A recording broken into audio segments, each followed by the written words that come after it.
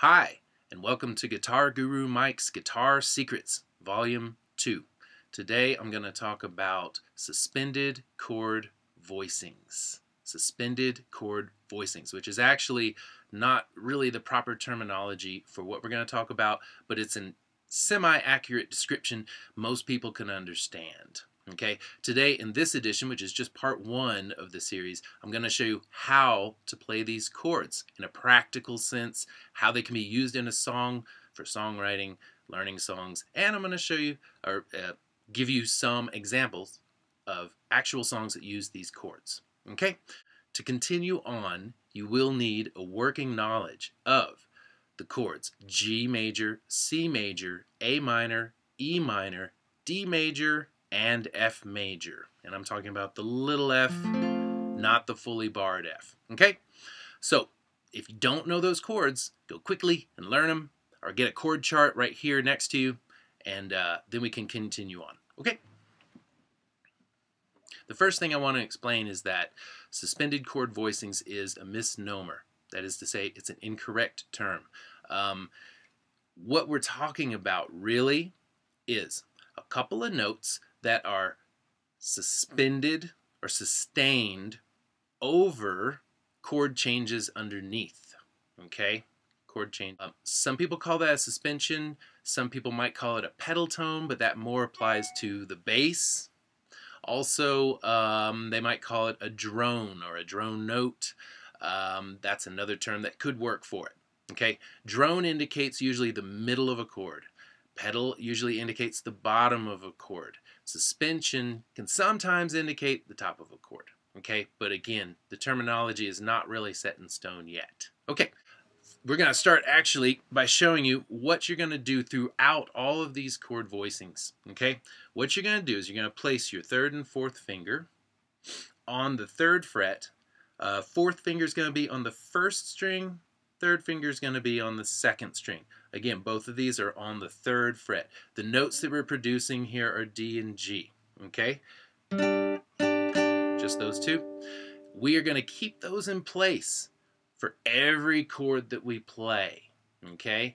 This is going to stay right here the whole entire time. Okay? And that's what's so cool about these chord voicings, because there's not a whole lot of movement and you have this stability here, so the chord switching can actually be a little bit easier. Okay? So the first one I'll show you is G major. Okay? This is in fact a G major. It's not your standard G major, but it certainly has all the right notes in it. One disclaimer on this one: if you like to mute the fifth string by leaning this finger over a little bit, see, I don't have that note anymore. This is actually not a G major chord. This is a G5 chord or a G power chord. Okay? Know that if you add this note back to it, you can hear that now it has a major quality. Okay?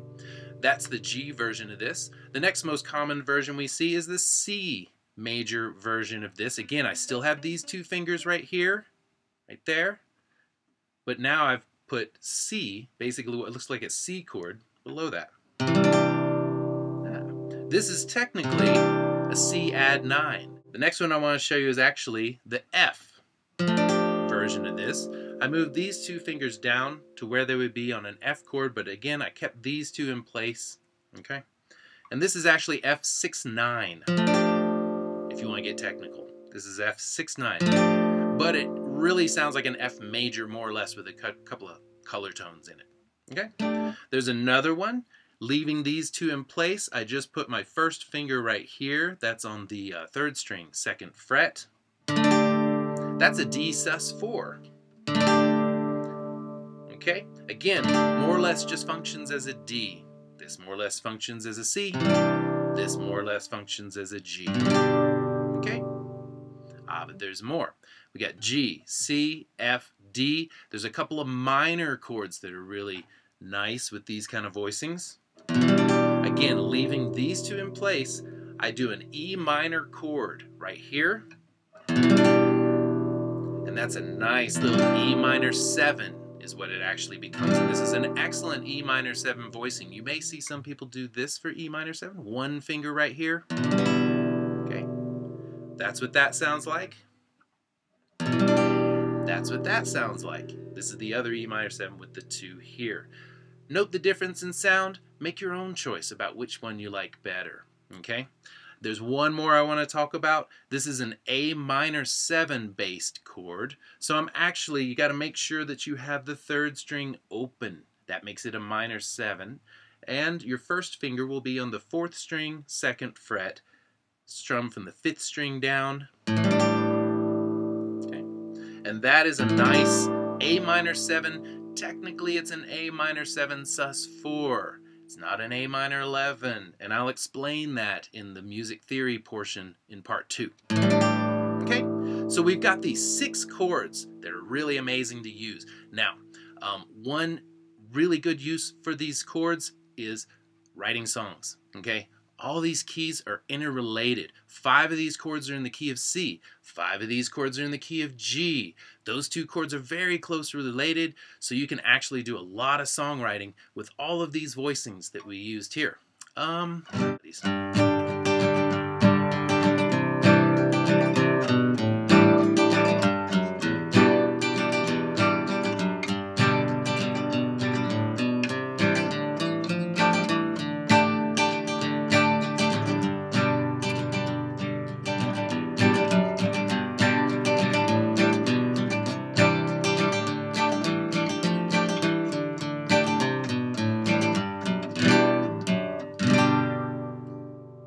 Some possibilities for strumming. Hey, if that was pretty cool to you, come take a lesson at my guitargurumike.com website, and I'll show you exactly how to do what I just did.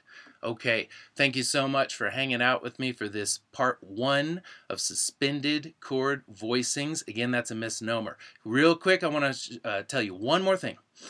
There are a couple of songs that you should listen to that use these actual voicings. One, probably the most famous one, is Pink Floyd, Wish You Were Here. Check it out. The strumming part uses the suspended chord voicing with these 2 fingers. Also, I'm giving that one away, right? The other one that's real common is the Indigo Girls, Closer to Fine.